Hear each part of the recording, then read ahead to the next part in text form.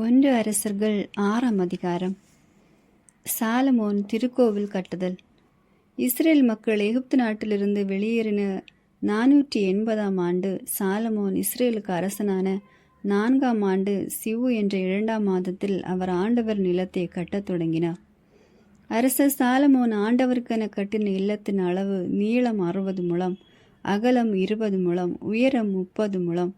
கோவிலது தூயகத்தின் முன் மண்டபம் கோவிலின் அகலத்திற்கு சமமாயிருப்பது முழ நீளமும் கோவிலுக்கு முன்னால் 10 முழ அகலமும் கொண்டிருந்தது. வெளிப்புறம் குறுக்கி உட்புறம் விரிந்த பலகணிகளை அவர் கோவிலில் அமைத்தார். கோவிலின் சுவரை சுற்றி, அதாவது தூயகத்தையும் கருவறையும் சுற்றியிருந்த சுவரை ஒட்டி மேடை எழுப்பி அதன் மேல் அடுக்கடுக்காக சிற்றறைகளை கட்டினார். கீழிருந்த அறைகள் 5 முழ அகலமும், நடுவில் இருந்த அறைகள் 6 முழ அகலமும், மேலிருந்த அறைகள் 7 முழ அகலமாயிருந்தன. அந்த அறைகளின் விட்டங்கள் கோவிலின் கவருக்குள் போகாதபடி அவற்றை தாங்குவதற்கென சுற்றிலும் வெளிப்புறத்தின் ஓட்டுச்சுவர் அமைத்தார். செதுக்கி முடித்த கற்களாலே கோவில் கட்டப்பட்டதால் அது கட்டப்பட்ட போது கத்தியால் உளி போன்ற எந்த இரும்பு கருவியின் ஒலியும் கோவிலில் கேட்கவில்லை. கீழ் அறைகளுக்கு போகும் வாயில் கோவிலின் தென்புறம் இருந்தது. சுழற்படிகளால் நடு அறைகளும் அங்கிருந்து மேல் அறைகளுக்கும் ஏறி செல்வ. அவர் கேதுரு மர விட்டங்களாலும் பலகைகளாலும் கோவிலுக்கு மச்சுமாவி அதை கட்டி முடித்தார். கோவிலை சுற்றிலும் 5 முழ உயரமாக சுற்றுக்கட்டு எழுப்பி அதை கேதுரு மரங்களால் கோவிலோடு இணைத்தார். அப்போது ஆண்டவரின் வாக்கு சாலமோனுக்கு உரைக்கப்பட்டது. அவர், நீ என் நியமங்களின்படி ஒழுகி என் நீதி சட்டங்களின்படி செயலாற்றி என் கட்டளைகளை கடைபிடித்து நடந்து வருவாயாகில் நீ கட்டுகிற இக்கோவிலை குறித்து நான் உன் தந்தை தாவீதுக்கு சொன்ன என் வாக்கை உன்னிடம் நிறைவேற்றுவேன். இஸ்ரேல் மக்களிடையே குடியிருப்பேன், என் மக்களாகிய இஸ்ரேலை கைவிட மாட்டேன் என்றார். சாலமோன் கோவிலை கட்டி முடித்தார். திருக்கோவிலின் உள்வேலைப்பாடுகள். பின்னர் கோவில் சுவர்களின் உட்புறத்தை கீழ்த்தளம் முதல் மேல் மச்சு வரை கேதுரு பலகைகளால் அவர் மூடினார். இவ்வாறு உட்புறம் முழுவதையும் மரத்தால் அவர் மூடினார். மேலும் கோவிலின் கீழ்த்தளத்தை நூக்கு மர பலகைகளால் பாவினார். கோவிலின் பிற்பகுதியில் 20 முழ இடத்தை கீழ்த்தளம் முதல் மேல் மச்சு வரை கேதுரு பலகைகளால் தடுத்து திருத்தூயகமாகிய கருவறையை அவர் அமைத்தார். அதற்கு முன்னால் 40 முழ இடம் கோவில் தூயகமாய் அமைந்தது. கோவிலின் உட்புறம் எங்கும் மூடியிருந்த கேதுரு பலகைகளில் மொக்கு வடிவங்களுக்கு விரிந்த மலர்களின் வடிவங்களுக்கும் செதுக்கப்பட்டிருந்தன. உட்புறம் எங்கும் முற்றிலும் கேதுரு பலகை மூடியிருந்ததால் கல்லே காணப்படவில்லை. ஆண்டவரின் உடன்படிக்கை பேழையை வைப்பதற்கென்று கோவிலின் உட்புறத்தில் கருவறையை அவர் அமைத்திருந்தார். கருவறை 20 முழ நீளமும் 20 முழ அகலமும் 20 முழ உயரவுமாயிருந்தது. அவர் அதனை பசும்பன் தகடுகளால் மூடினார். பீடத்தையும் கேதுரு பலகைகளால் மூடினார். கோவிலின் உட்புறத்தை சாலமோன் பசும் பொன்னால் மூடினார். கருவறைக்கு முன்னால் பொன்னில் பொதியப்பட்ட பொற்சங்கிலிகளை தொங்கவிட்டார். இவ்வாறு கோவில் முழுவதை ஓரிடமும் விடாமல் பொன்னால் அவர் மூடினார். கருவறை பீடம் முழுவதையும் பொன்னால் மூடினார். கருவறையில் ஒலிவ மரத்தால் 10 முழ உயரமான 2 கெருபுகளை அவர் செய்து வைத்தார். முதல் கெருபின் ஓர் இறக்கையின் நீளம் 5 முழம், கெருபின் மற்ற இறக்கையின் நீளமும் 5 முழம். இரு இறக்கையின் நுனிகளுக்கு இடையே இருந்த தூரம் 10 முழம். 2ஆம் கெருபின் அளவும் இருந்தன. 2ஆம் கெருபின் அளவும் 10 முழம். இரு கெருபுகளும் ஒரே அளவாயும் ஒரே வடிவமாயும் இருந்தன. ஒரு கெருபு 10 முழ உயரம் இருந்தது, மற்ற கெருபும் அதே அளவாயிருந்தது. அவர் அந்த கெருபுகளை கோவிலின் உட்பகுதியில் வைத்தார். அவற்றின் இறக்கைகள் விரிந்தவாறு இருந்தன. ஒரு கெருபின் இறக்கை ஒரு பக்கத்து சுவரையும் மறு கெருபின் இறக்கை மறுபக்கத்து சுவரையும் தொட்டு கொண்டிருந்தன. அவர் அக்கெருபுகளையும் பொன்னால் மூடினார். கோவிலின் சுவர்களெங்கும் சுற்றிலும் உள்ளும் புறமும் கெருபுகள், ஈச்ச மரங்கள், விரிந்த மலர்கள் ஆகியவற்றின் வடிவங்களை அவர் செதுக்கி வைத்தார். கோவிலின் பிற்பகுதியிலும் முற்பகுதியிலும் தளத்தை பொன்னால் அவர் மூடினார். கருவறையின் நுழைவாயிலுக்கு இரட்டை கதவையும் 5கோண வடிவத்தில் கதவு நிலைகளை ஒலிவ மரத்தால் அவர் செய்து வைத்தார். ஒலிவ மரத்திலான அந்த இரட்டை கதவில் கெருபுகள், ஈச்ச மரங்கள், விரிந்த மலர்கள் ஆகியவற்றின் வடிவங்களை அவர் செதுக்கி வைத்தார். அவற்றை பொன்னால் வேய்ந்தார். அவர் தூயக நுழைவாயிலுக்கு நாற்கோண வடிவத்தில் கதவு நிலைகளை ஒலிவ மரத்தால் செய்து நிறுத்தினார். அதன் இரு கதவுகளும் நூக்கு மரத்தால் செய்யப்பட்டிருந்தன. மறுகதவும் இரு மடிப்பாய் செய்யப்பட்டிருந்தது. அவற்றில் கெருபுகள், ஈச்ச மரங்கள், விரிந்த மலர்கள் ஆகியவற்றின் வடிவங்களை செதுக்கி அவற்றின் அளவுக்கேற்ற பொன் தகட்டால் அவர் மூடினார். உள்முற்றத்தின் சுவர்களை 3 வரிசை செதுக்கிய கற்களாலும் ஒரு வரிசை கேதுரு கட்டைகளாலும் அவர் அமைத்தார். 4ஆம் ஆண்டு சிவ மாதத்தில் ஆண்டவர் நிலத்திற்கு அடித்தளம் இடப்பட்டது. 11ஆம் ஆண்டு பூல் என்ற 8ஆம் மாதத்தில் கோவிலின் எல்லா பகுதிகளும் திட்டமிட்டபடியே கட்டி முடிக்கப்பட்டன. இவ்வாறு கோவிலை கட்டி முடிக்க 7 ஆண்டுகளாயின. 7ஆம் அதிகாரம். சாலமோனின் அரண்மனை. சாலமோன் தம் அரண்மனை முழுவதையும் கட்டி முடிக்க 13 ஆண்டுகளாயின. அவர் லெபோனின் வன எனப்பட்ட மாளிகையை கட்டினார். அதன் நீளம் 100 முழம், அகலம் 50 முழம், உயரம் 30 முழம். 4 வரிசையாக கேதுரு தூண்களை நிறுத்தி அவற்றின் மேல் கேதுரு விட்டங்களை பொருத்தி அம்மாளிகையை அவர் கட்டினார். வரிசைக்கு 15ஆக நின்ற 45 தூண்களின் மேல் அமைந்திருந்த அறைகள் கேதுரு மரங்களாலே மச்சுமாவப்பட்டிருந்தன. பலகணிகள் 3 வரிசையாக அமைந்திருந்தன. 3 வரிசையிலும் அவை ஒன்றுக்கென்று எதிராக இருந்தன. எல்லா கதவுகளும் கதவு நிலைகளும் சதுர வடிவில் அமைக்கப்பட்டிருந்தன. 3 வரிசையிலும் அவை ஒன்றுக்கொன்று எதிராக இருந்தன. அவர் தூண் மண்டபம் ஒன்று கட்டினார். அதன் நீளம் 50 முழம், அகலம் 30 முழம்.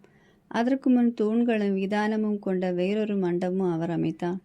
நீதி வழங்குவதற்கென்று அரியணை மண்டபம் ஒன்றையும் கட்டினார். அது நீதி மண்டபம் எனப்படும். அது தளம் முழுவதும் கேதுரு பலகைகளால் பாவ பெற்றிருந்தது. இம்மண்டபத்திற்கு பின்புறம் இருந்த முற்றத்தில் அவர் குடியிருப்பதாக கட்டிய அரண்மனையும் அதே வேலைப்பாடு கொண்டதாயிருந்தது. சாலமோன் தாம் மணந்து கொண்ட பார்வோனின் மகளுக்கென்று அம்மண்டபத்தை போன்ற ஒரு மாளிகையும் கட்டினார். இவை அனைத்தும் அளவுக்கேற்ப இருபுறமும் வெட்டி செதுக்கிய விலையுயர்ந்த கற்களால் கட்டப்பட்டன. அடித்தளம் முதல் கூரை வரை, வெளிச்சுற்று முதல் பெருமுற்றம் வரை இவ்வாறே செய்யப்பட்டன. அடித்தளம் 10-8 முழ அரிய பெரிய கற்களால் ஆனது.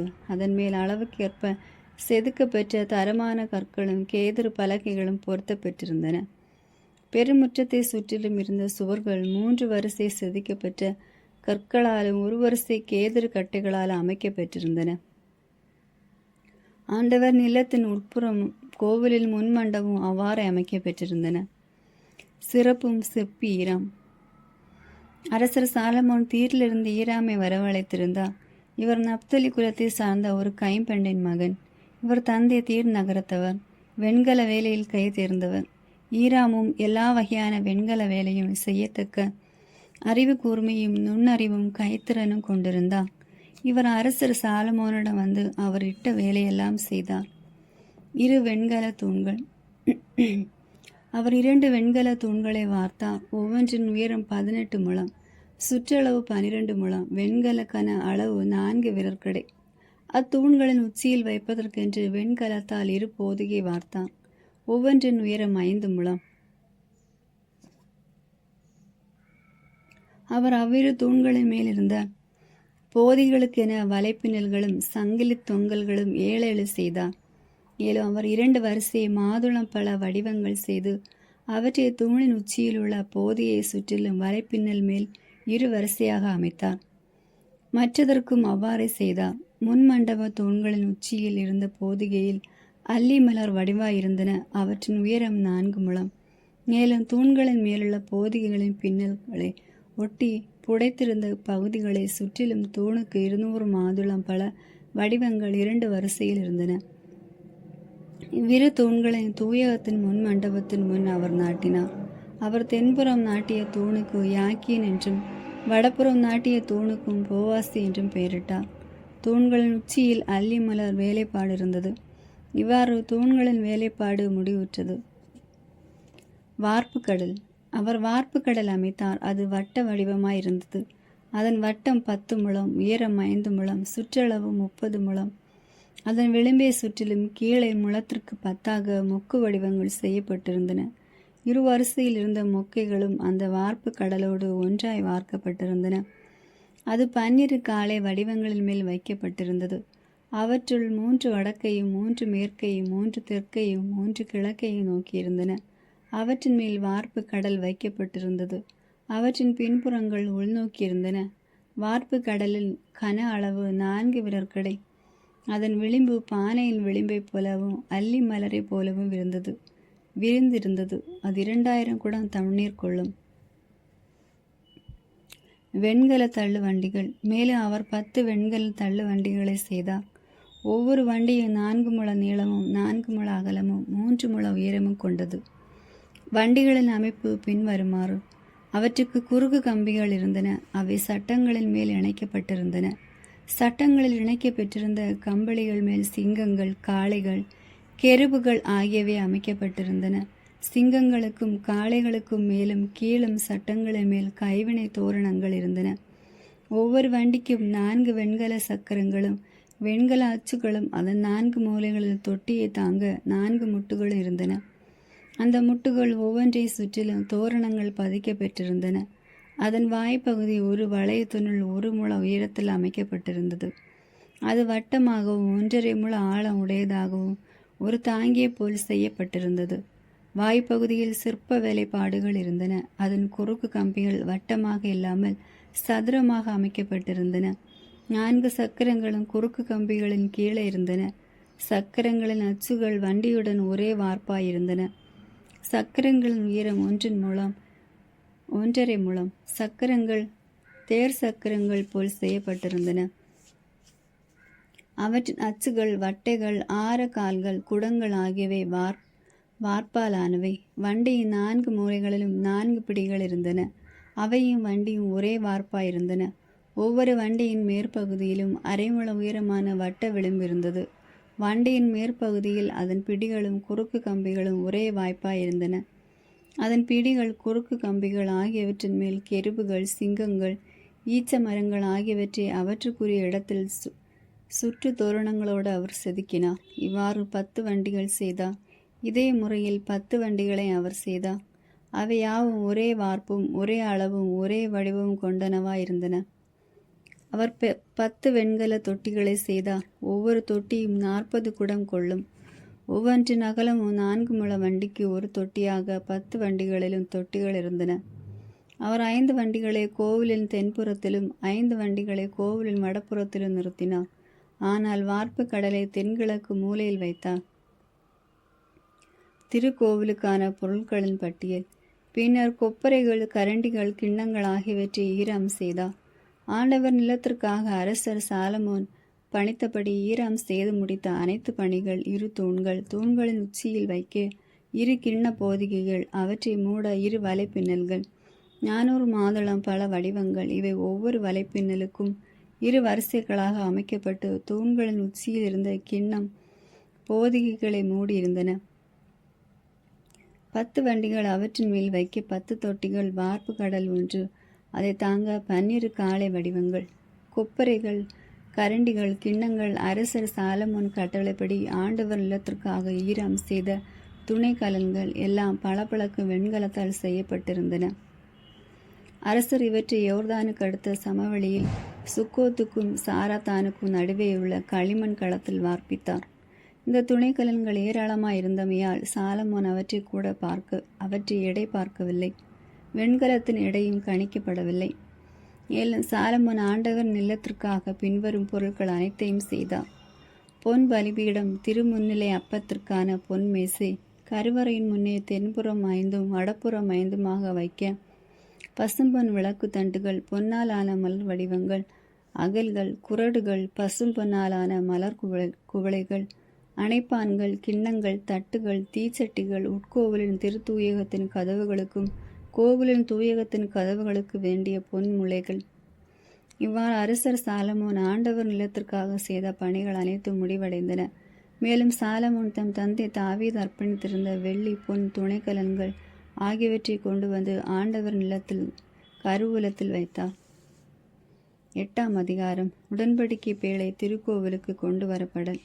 பின்னர் சாலமோன் ஆண்டவரின் உடன்படிக்கை பேழையை தாவீதின் நகர் சீயோன் நின்று கொண்டு வர விரும்பினார். அதற்காக அவர் இஸ்ரேலின் பெரியோரையும் எல்லா குல தலைவர்களையும் இஸ்ரேல் மக்களை மூதாதையர் வீட்டு தலைவர்களையும் எருசலேமிற்கு தம்மிடம் வரும்படி அழைத்தார். அதற்கிணங்க அவர்கள் அனைவரும் 7ஆம் மாதமாகிய எத்தானும் மாதத்தின் பண்டிகையின் போது அரசர் சாலமோன் முன் கூடினர். இஸ்ரேலின் பெரியோர் அனைவரும் வந்தனர். குருக்கள் பேழையை தூக்கி கொண்டனர். ஆண்டவரின் பேழை சந்திப்பு கூடாரத்தின் தூய கலன்கள் அனைத்தையும் குருக்களும் லேவியரும் சுமந்து சென்றனர். அரசர் சாலமோனும் அவரிடம் வந்து குழுமிய இஸ்ரேல் மக்கள் கூட்டமைப்பினர் அனைவரும் எண்ணவோ கணக்கிடவோ முடியாத அளவு திரளான ஆடுகளையும் மாடுகளையும் பேழைக்கு முன்னால் பலியிட்டனர். பின்னர் குருக்கள் ஆண்டவரின் உடன்படிக்கை பேழை கோவில் கருவறையாகிய திருத்தூயகத்தில் அதற்குரிய இடத்தில் கெருபுகளின் இறக்கைகளின் கீழே கொண்டு வந்து வைத்தனர். அக்கெருபுகள் பேழை இருக்கும் இடத்தில் தங்கள் 2 இறக்கைகளையும் விரித்து பேழையும் அதன் தண்டுகளையும் மூடியவாறு இருந்தன.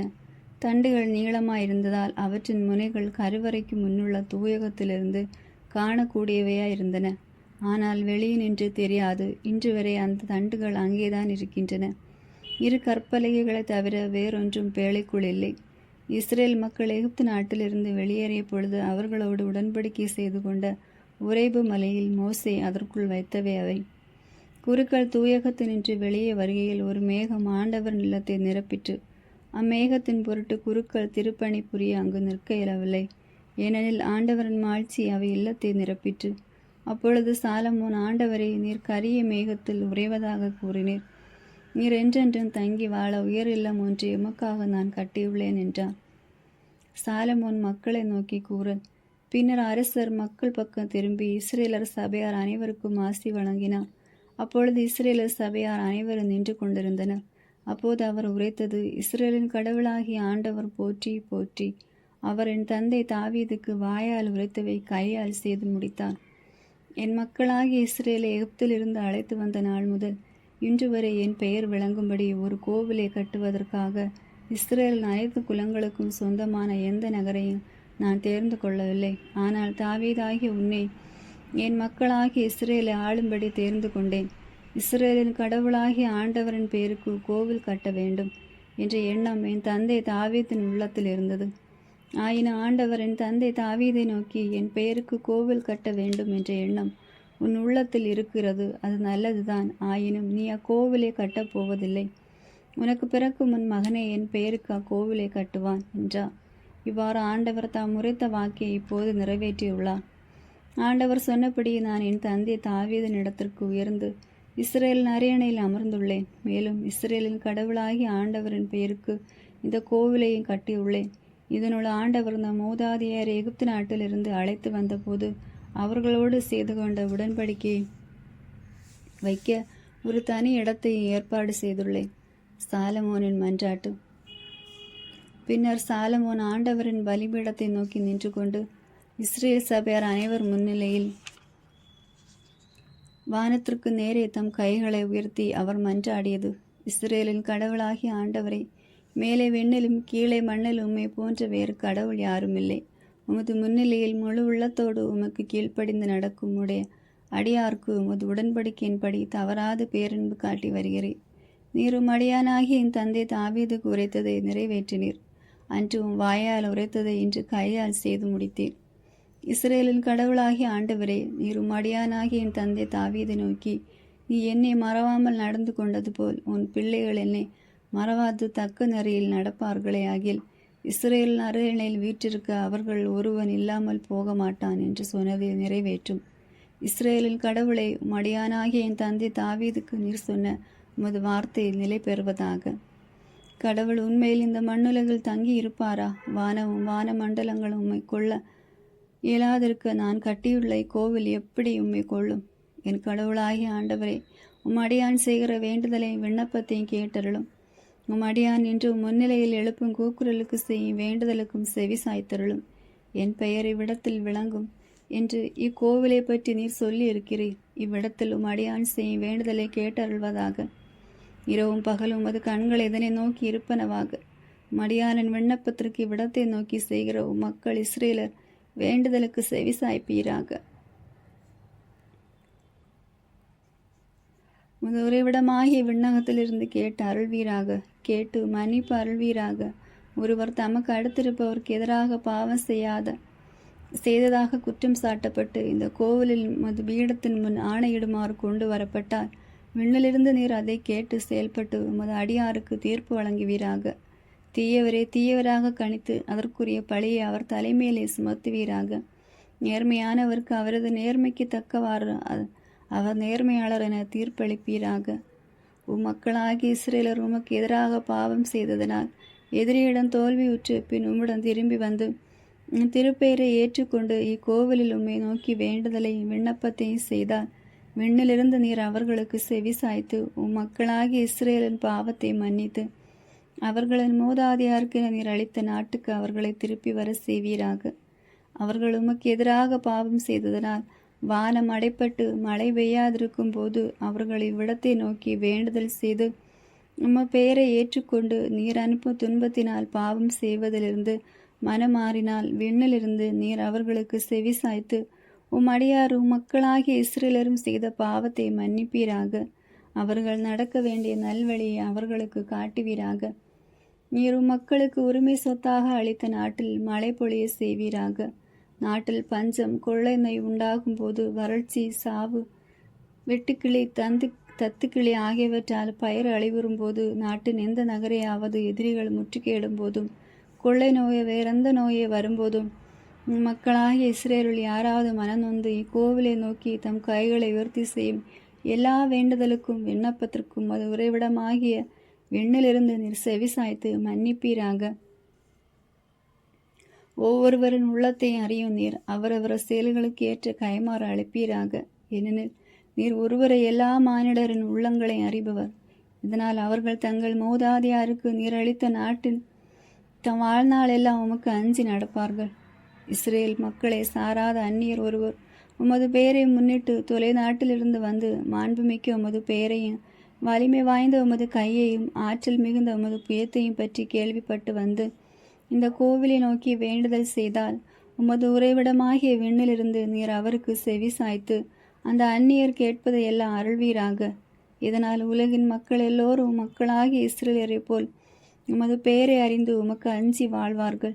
மேலும் நான் எழுப்பியுள்ள இக்கோவில் உமது பெயர் போற்றப்படுவதை உணர்வார்கள். மக்கள் தங்கள் பகைவர்களோடு போரிட செல்லும் பொழுது நீர் காட்டும் வழியில் அவர்கள் செல்கையில் நீர் தேர்ந்து கொண்ட இந்நகரையும் உமது பெயருக்கு நான் கட்டியுள்ள இக்கோவிலையை நோக்கி ஆண்டவராகிய உம்மிட வேண்டினால் விண்ணிலிருந்து நீர் அவர்களை வேண்டுதலுக்கு விண்ணப்பத்திற்கும் செவி சாய்த்து அவர்களுக்கு நீதி வழங்குவீராக. அவர்கள் உமக்கு எதிராய் பாவம் செய்தால் பாவம் செய்யாத மனிதர் ஒருவரும் இல்லை. நீர் அவர்களை மேல் சினங்கொண்டு அவர்களை எதிரிகளிடம் ஒப்படைக்க அவர்கள் தொலையிலோ அருகிலோ இருக்கும் எதிரியின் நாட்டுக்கு கைதிகளாக கொண்டு செல்லப்பட்டால் அப்படி கொண்டு செல்லப்பட்ட நாட்டில் உணர்வு பெற்று மனமாறி நாங்கள் பாவம் செய்தோம், நெறி தவறினோம், தீய வழியில் நடந்தோம் என்று விண்ணப்பம் செய்தால் தங்களை கைதிகளாக கொண்டு சென்ற பகைவரின் நாட்டில் தங்கள் முழு உள்ளத்தோடும் முழு மனத்தோடும் உம்மிடம் திரும்பி வந்து நீர் அவர்கள் மூதாதையாருக்கு அளித்த தங்கள் நாட்டையும் நீர் தேர்ந்து கொண்ட இந்நகரையும் உமது பெயருக்கு நான் கட்டியுள்ள இந்த கோவிலை நோக்கி நின்று உம்மிடம் வேண்டுதல் செய்தால் உமது உறைவிடமாகிய விண்ணிலிருந்து நீர் அவர்களுடைய வேண்டுதலுக்கு விண்ணப்பத்திற்கும் செவி சாய்த்து அவர்களுக்கு நீ நீதி வழங்குவீராக. உமக்கு எதிராக பாவம் செய்த மக்களை மன்னிப்பீராக. உமக்கு எதிராக அவர்கள் செய்த எல்லா தவறுகளையும் மன்னிப்பீராக. அவர்களை கைதிகளாக கொண்டு சென்றவர்களின் பார்வையில் நீர் அவர்களுக்கு கருணை காட்டும். இதனால் அவர்கள் மக்களுக்கு கருணை காட்டுவார்களாக. ஏனெனில் அவர்கள் உம்முடையவர்கள், உமது உரிமை சொத்து. அவர்களை எகிப்து என்ற இரும்பு உலக களத்து நின்று நீர் அழைத்து வந்தீர். அடியாரின் விண்ணப்பத்திற்கும் மக்களாகிய இஸ்ரேலின் விண்ணப்பத்திற்கும் அவர்கள் உம்மை நோக்கி மன்றாடும் போதெல்லாம் நீர் அவர்களுக்கு செவி சாய்க்கும்படி கண்கள் திறந்திருப்பதாக. ஏனெனில் என் தலைவராகிய ஆண்டவரே, நீர் மூதாதையரை எகிப்திலிருந்து அழைத்து வந்தபோது ஊழியர் மோசையை கொண்டு நீர் சொன்னபடியே செய்திருக்கிறீர். உமது உரிமை சொத்தாக இருக்குமாறு உலகின் எல்லா இனத்தவரிடமிருந்து அவர்களை நீர் பிரித்தெடுத்தீர். இவ்வாறு சாலமோன் வானத்தை நோக்கி கைகளை உயர்த்தி முழந்தாளிட்டு ஆண்டவரிடம் இந்த வேண்டுதல் விண்ணப்பத்தை எல்லாம் சொல்லி மன்றாடினார். வேண்டி முடித்த பின் ஆண்டவரது பலிபீடத்தின் முன் எழுந்து நின்றார். மேலும் அவர் இஸ்ரேல் சபையார் அனைவருக்கும் ஆசி வழங்கி உரத்த குரலில் சொன்னது: தாம் வாக்களித்தபடியெல்லாம் தம் மக்களாகிய இஸ்ரேலருக்கு அமைதி அருளை ஆண்டவர் போற்றி போற்றி. அவர் தம் ஊழியர் மோசேயின் மூலம் கொடுத்த நல்வாக்குகள் அனைத்தும் நிறைவேறின. ஒன்றேனும் பொய்க்கவில்லை. நம் கடவுளாகிய ஆண்டவன் நம் மூதாதையரோடு இருந்தது போல நம்மோடும் இருப்பாராக. நம்மை கைவிடாமலும் நம்மை விட்டு பிரியாமலும் இருப்பாராக. நம் மூதாதையாருக்கு அவர் கொடுத்த விதிமுறைகளை, நியமங்களை, நீதி சட்டங்களை நாமும் கடைப்பிடித்து அவர் வகுத்த வழிகளெல்லாம் நடக்கும் வண்ணம் நம் உள்ளங்களை நம் பக்கம் ஈர்ப்பாராக. ஆண்டவர் முன்னிலையில் நான் செய்த விண்ணப்பம் இரவும் பகலும் நம் கடவுளாகிய ஆண்டவர் அருகில் இருப்பதாக. அவர் அடியேனுக்கு நம் மக்களாகிய இஸ்ரேலருக்கும் நாள்தோறும் தேவைக்கேற்ப நீதி வழங்குவாராக. ஆண்டவரே கடவுள், வேறு எவரும் இல்லை என்று உலகின் எல்லா மக்களும் அறிவார்களாக.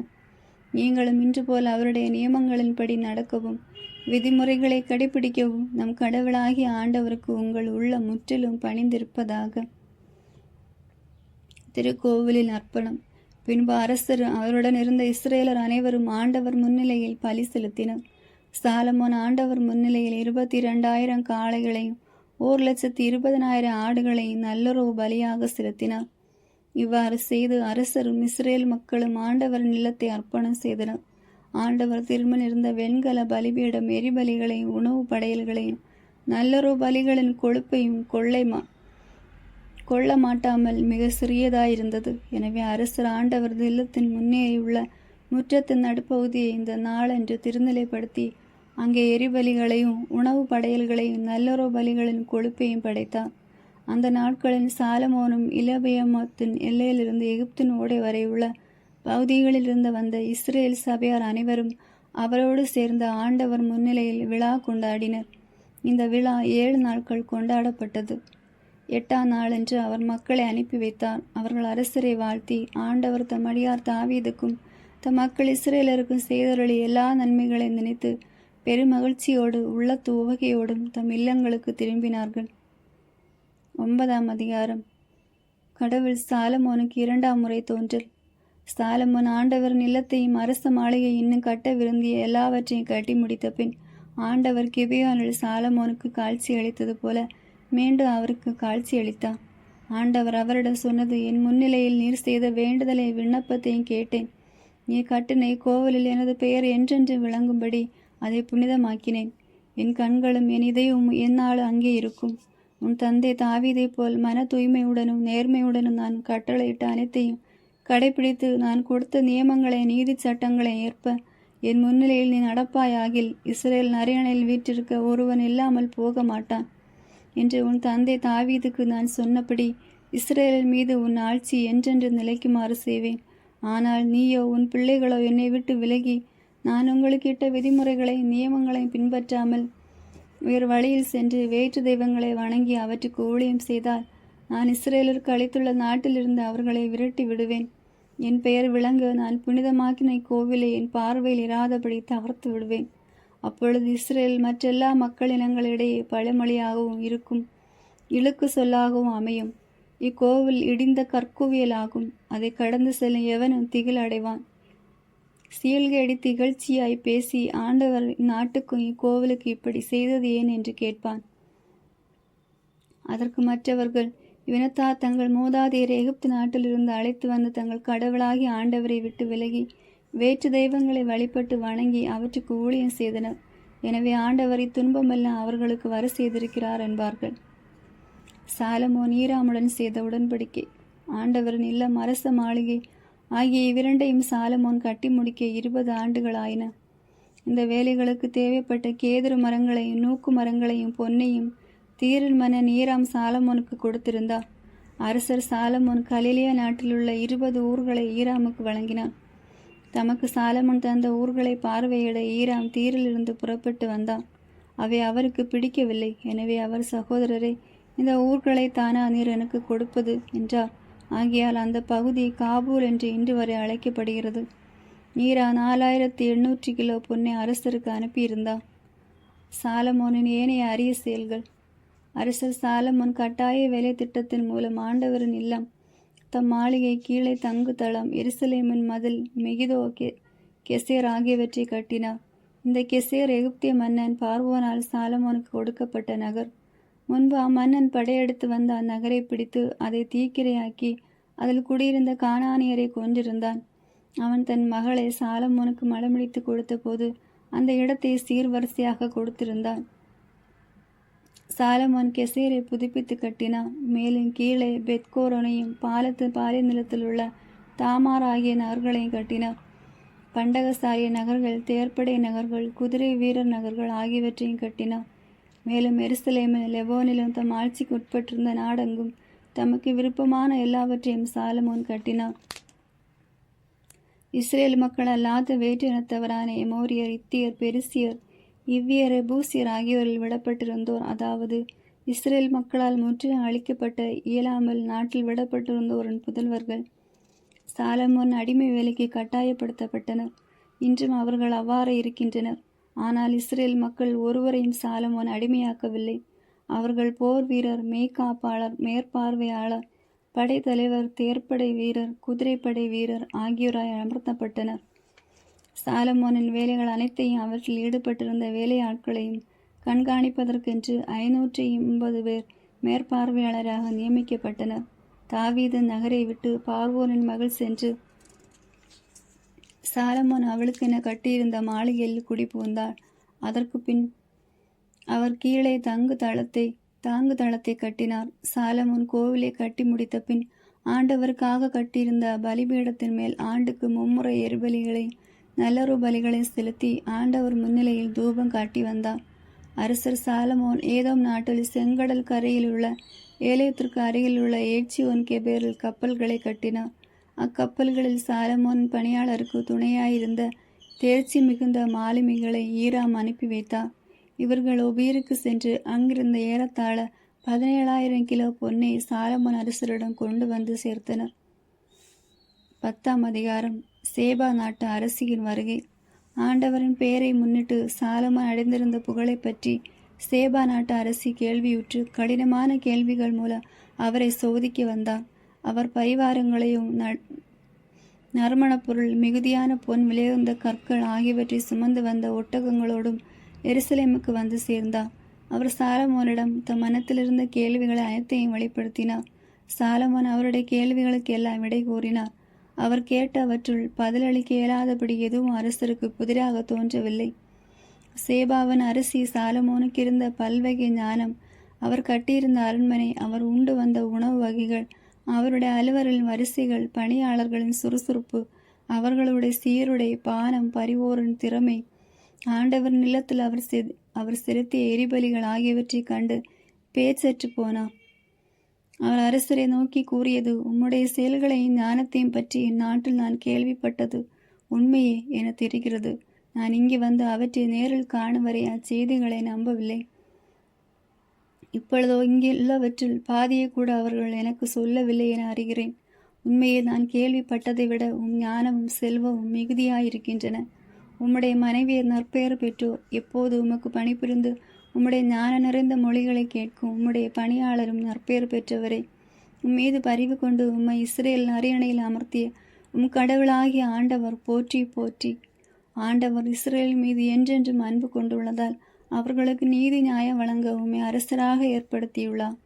அவர் ஏறத்தாழ 4800 கிலோ பொன், ஏராளமான நறுமணப் பொருட்கள், விலையுயர்ந்த கற்கள் ஆகியவற்றை அரசருக்கு அளித்தார்.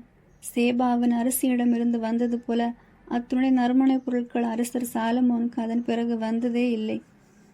ஒபீரிலிருந்து பொன்னை கொண்ட ஈராமின் கப்பல்கள் அங்கிருந்த வாசனை மரங்களையும் விலையுயர்ந்த கற்களையும் கொண்டு வந்தன. அவ்வாசனை மரங்களால் அரசர் ஆண்டவர் நிலத்திற்கும் அரண்மனைக்கு 3 கோல்களையும் பாடகருக்கு இசைக்கருவிகளையும் யாழ்களையும் செய்தார். அத்தகைய வாசனை மரங்கள் அதன் பின் அங்கு வந்ததும் இல்லை, இன்று வரை காணப்படவும் இல்லை.